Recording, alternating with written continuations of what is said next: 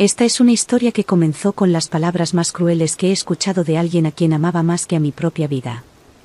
Palabras que salieron de la boca de mi hijo, Leandro, el día que me dijo que yo no aportaba nada a esta familia. Siempre he sido una mujer trabajadora. Nací en una familia humilde, donde mi mamá vendía tamales en la plaza y mi papá trabajaba en la construcción. Desde pequeña aprendí que en la vida nada se da gratis. Cuando me casé con mi querido Rodolfo, a los 18 años, nos prometimos que construiríamos algo juntos. Y eso fue exactamente lo que hicimos. Durante 40 años trabajamos codo a codo. Yo me levantaba a las 4 de la mañana para preparar quesadillas y empanadas que vendía en la entrada de la escuela del barrio. Rodolfo era mecánico, pero en sus ratos libres me ayudaba en la cocina, preparaba la masa, e iba al mercado central a comprar los ingredientes. Cada peso que ganábamos lo guardábamos con mucho cuidado. Vivíamos con lo justo para que nuestro hijo Leandro pudiera tener lo que nosotros nunca tuvimos: educación, ropa decente y comida abundante en la mesa. Cuando nació Leandro, fue como si el sol hubiera salido por primera vez en mi vida. Ese bebé gordito, de mejillas rosadas y ojos grandes como aceitunas, era nuestra mayor riqueza. Lo cargaba en la espalda mientras preparaba los dulces para vender, le cantaba canciones de cuna entre una hornada y otra de empanadas. Rodolfo decía que Leandro sería diferente a nosotros, que estudiaría, que sería un hombre importante. Y apostamos todo por él. Literalmente todo.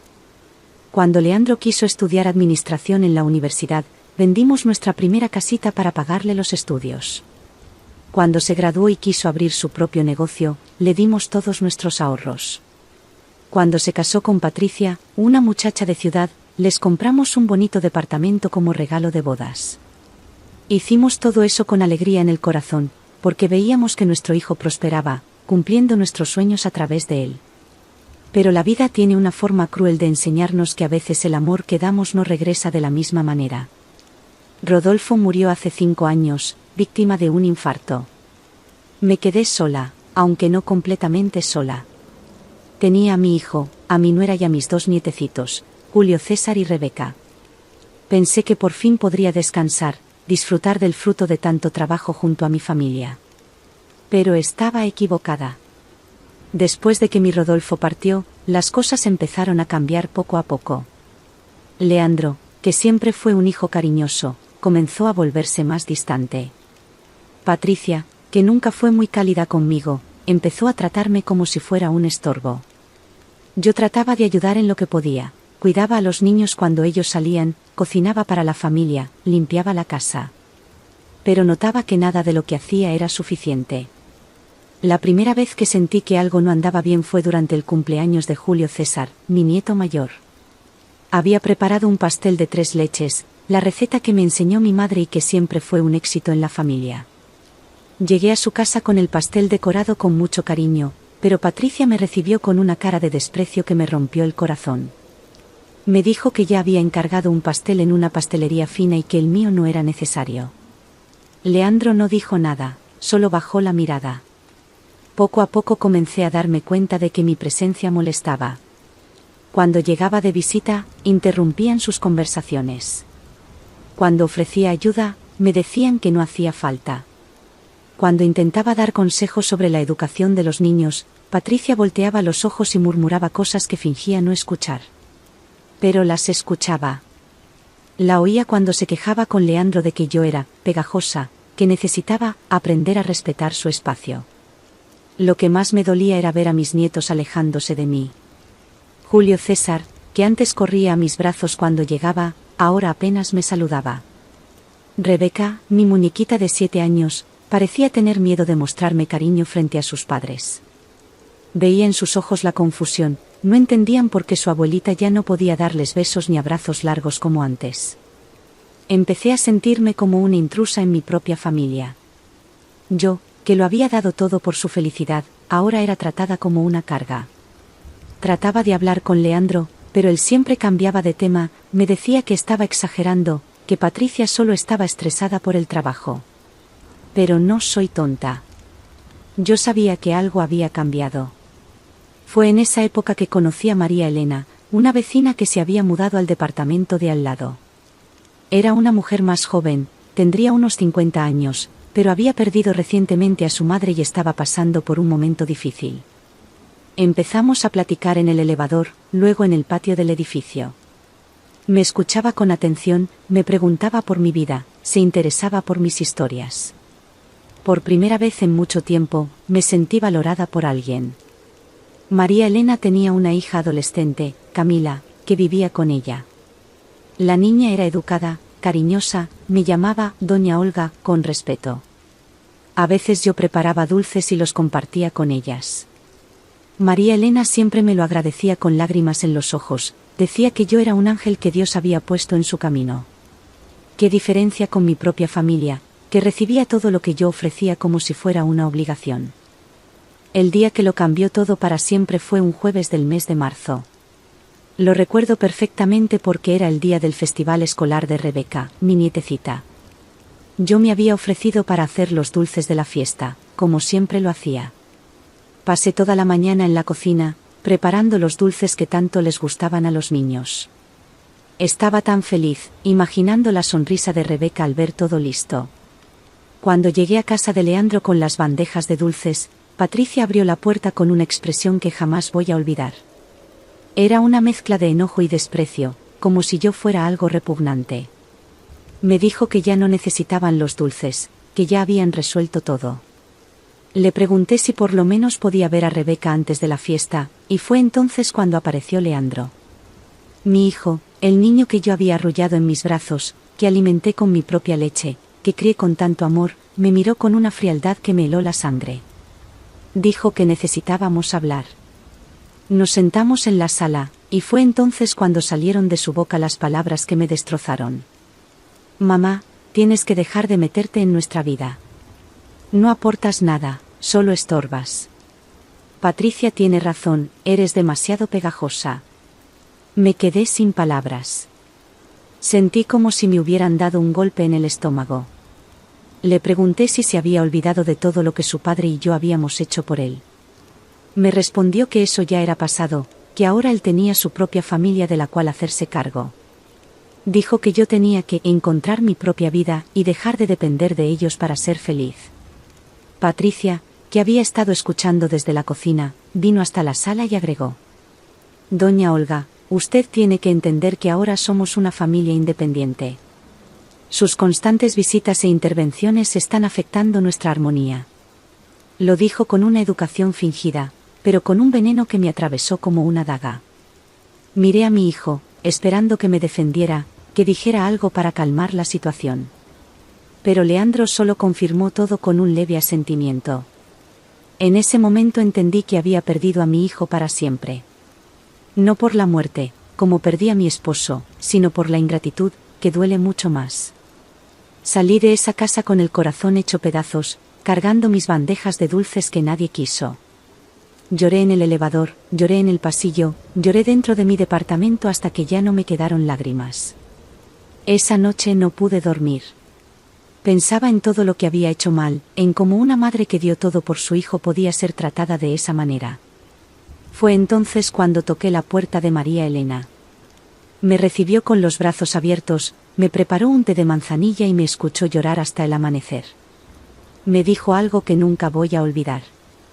Olga, el amor verdadero es aquel que no exige nada a cambio. Eres una mujer maravillosa, y si tu propia familia no puede verlo, el problema no es tuyo. Después de ese día tan doloroso, pasé semanas sin hablar con Leandro. Él no me buscó, no me llamó, no quiso saber si estaba bien. Era como si yo hubiera muerto para él. Poco a poco me fui dando cuenta de que mi vida se había reducido a esperar migajas de cariño de mi familia. No tenía amigas, no tenía pasatiempos, no tenía una vida propia. Me había anulado por completo para vivir en función de los demás. María Elena y Camila se convirtieron en mi salvación. Me incluían en sus vidas de forma natural, sin hacerme sentir como una carga. Iba al mercado con María Elena, ayudaba a Camila con sus tareas, participaba en las conversaciones durante la cena. Por primera vez en años, me sentí útil y querida. Camila me llamaba abuelita, con cariño, y yo sentía que el corazón se me llenaba de alegría. Fue durante una de esas conversaciones que descubrí que María Elena estaba pasando por serias dificultades económicas. Había perdido su trabajo y llevaba 2 meses atrasada con el alquiler. Camila estaba a punto de salir de la escuela privada porque ya no podían pagar la colegiatura. María Elena lloraba, decía que no sabía qué hacer, que tenía miedo de perder el departamento y tener que regresar a vivir con su hermana en Puebla. Esa noche me quedé pensando en mi situación. Tenía una pensión buena, fruto de los años de trabajo mío y de Rodolfo. También tenía algunos ahorros guardados y 2 propiedades, mi departamento y una casita que compramos hace años como inversión. Todo eso estaba destinado a Leandro en mi herencia, pero ¿de qué sirve una herencia para alguien que ya me considera muerta? Empecé a pensar en lo tonta que había sido. Pasé toda mi vida trabajando, ahorrando, privándome de cosas para dejarle un patrimonio a mi hijo. ¿Y cómo me lo agradeció? Diciéndome que no aportaba nada. Qué irónica y cruel puede ser la vida. Entonces tomé una decisión que lo cambiaría todo. Pedí una cita con mi abogado, el licenciado Baltasar, que había llevado los papeles de la herencia de Rodolfo. Le conté toda la situación y le dije que quería cambiar mi testamento.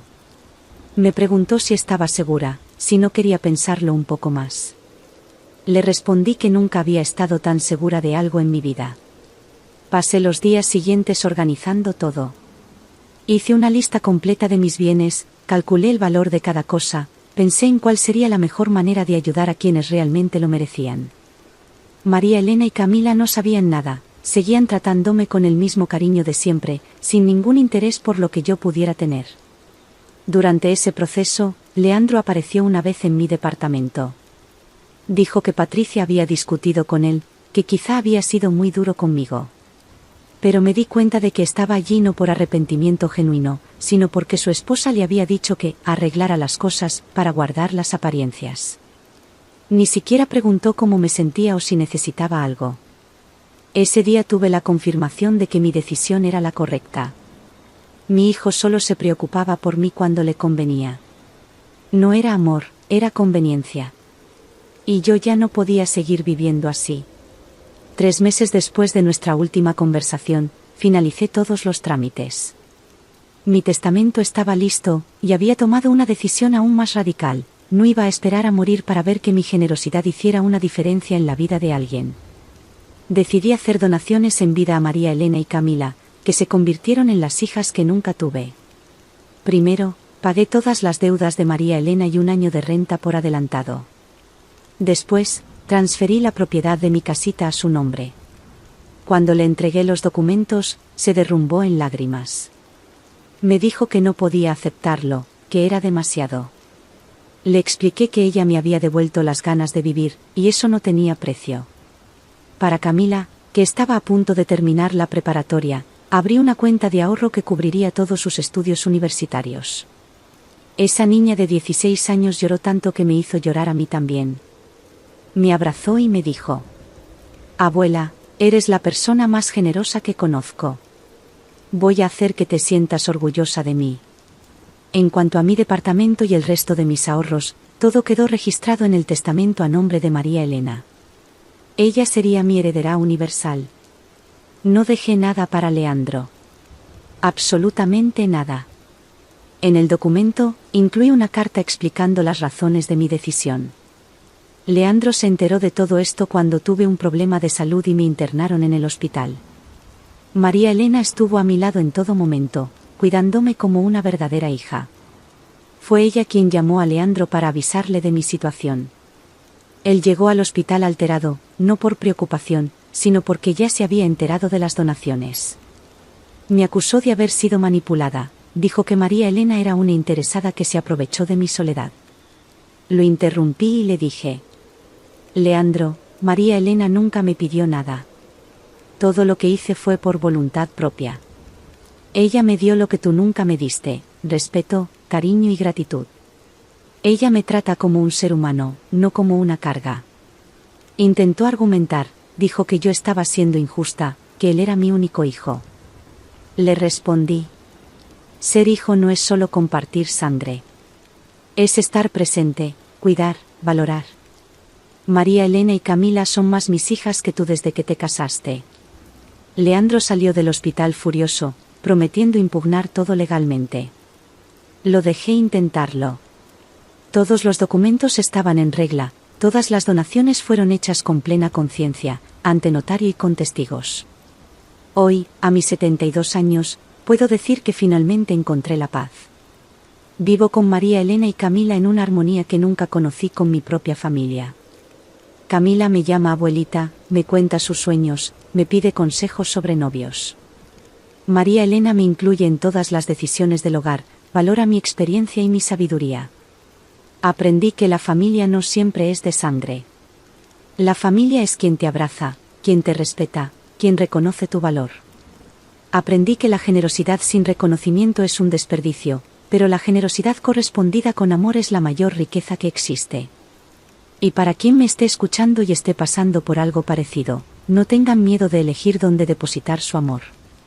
La vida es demasiado corta para andar mendigando cariño de quien no te valora. A veces, la familia que elegimos vale más que la familia que heredamos.